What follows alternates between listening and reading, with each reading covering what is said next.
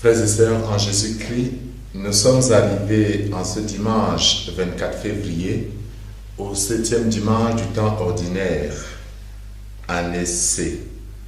La première lecture nous vient du premier livre de Samuel au chapitre 26, alors que la deuxième lecture nous vient de la lettre de Saint Paul aux Corinthiens, chapitre 15. Nous continuons la lecture de cette première lettre, ainsi que la lecture de l'Évangile selon Saint Luc.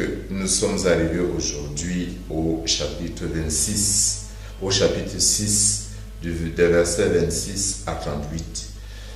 Le texte que nous lisons aujourd'hui est comme un long cantique sur l'amour et sur le pardon, orienté vers une frontière que nous propose Jésus-Christ, l'amour de l'ennemi, à la suite de ce que le psaume 102 nous dit en parlant de Dieu, car il pardonne toutes tes offenses et te guérit de toute maladie. Il réclame ta vie à la tombe et te couronne d'amour et de tendresse. C'est comme si Dieu voudrait que nous soyons comme lui, comme nous allons l'entendre tout à l'heure. Soyez miséricordieux, comme votre Père est miséricordieux. Frères et sœurs, en Jésus-Christ, en Dieu, nous savons que l'amour et la justice vont de pair.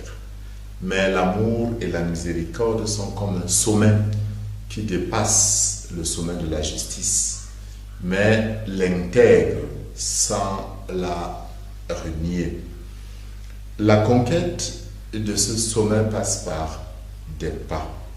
Et les lectures nous donnent de voir, à partir de la première lecture, comment David, qui est pourchassé injustement par le premier roi d'Israël, Saül, et qui est livré entre ses mains, comme lui-même le dit par le Seigneur, arrive à le pardonner. Le pardon de David nous montre sa magnanimité et nous montre, comme le dit le livre de la sagesse, que celui qui pardonne s'approche de Dieu. David n'accepte pas de porter sur lui la vengeance. Le Seigneur rendra à chacun selon sa justice et sa fidélité. Il n'est pas évident de marcher sur ce chemin, de laisser au Seigneur, selon ce que la Bible dit, au Seigneur seul la vengeance.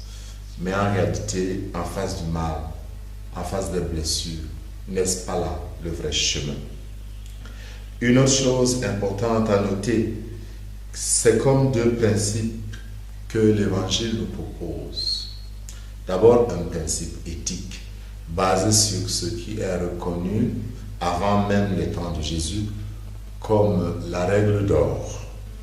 Mais dans la présentation vétérotestamentaire, c'est présenté d'une manière négative. Ne pas faire aux autres ce qu'on ne souhaiterait pas que les autres nous fassent.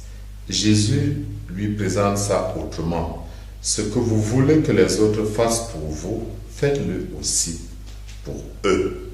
Cette règle d'or veut inclure pour Jésus même les ennemis. Il dit de pouvoir pardonner même à ceux qui nous font du mal. Car si nous ne le faisons pas, nous sommes comme tous les autres. La deuxième tendance a plutôt une logique théologique.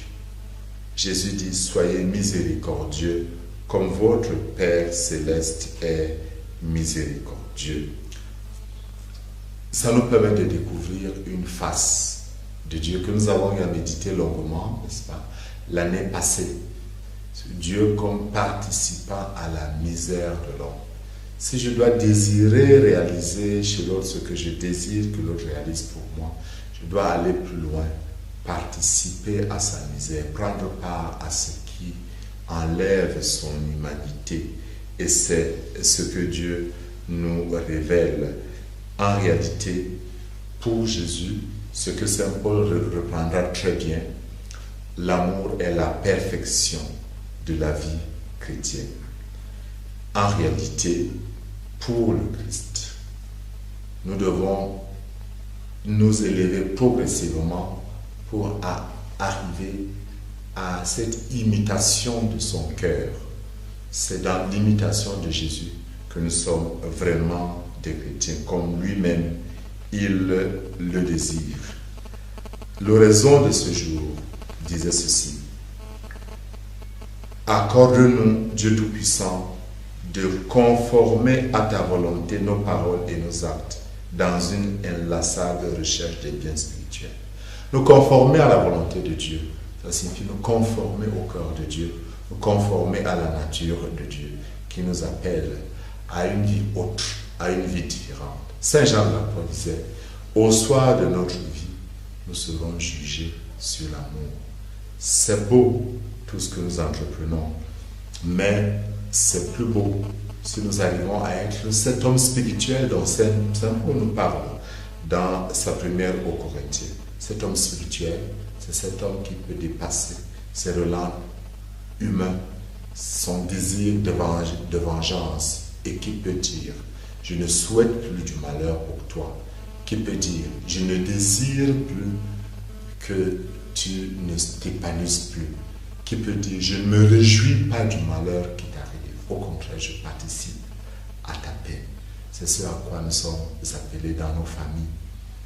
Offrir pour un homme à sa femme cette capacité de renaître, ou vice-versa, aux enfants avec leurs parents. Dans notre société, le Seigneur nous appelle à ce sommet très élevé, de pouvoir tendre la main à l'autre pour le relever. C'est ça la miséricorde, qu'on ne mérite pas, qui est un don gratuit que nous recevons de Dieu. Nous avons reçu gratuitement, nous donnons gratuitement. Puisse le Seigneur, qui lui-même est miséricordieux, nous combler de sa miséricorde en ce jour et nous bénir. Au nom du Père et du Fils et du Saint-Esprit. Amen.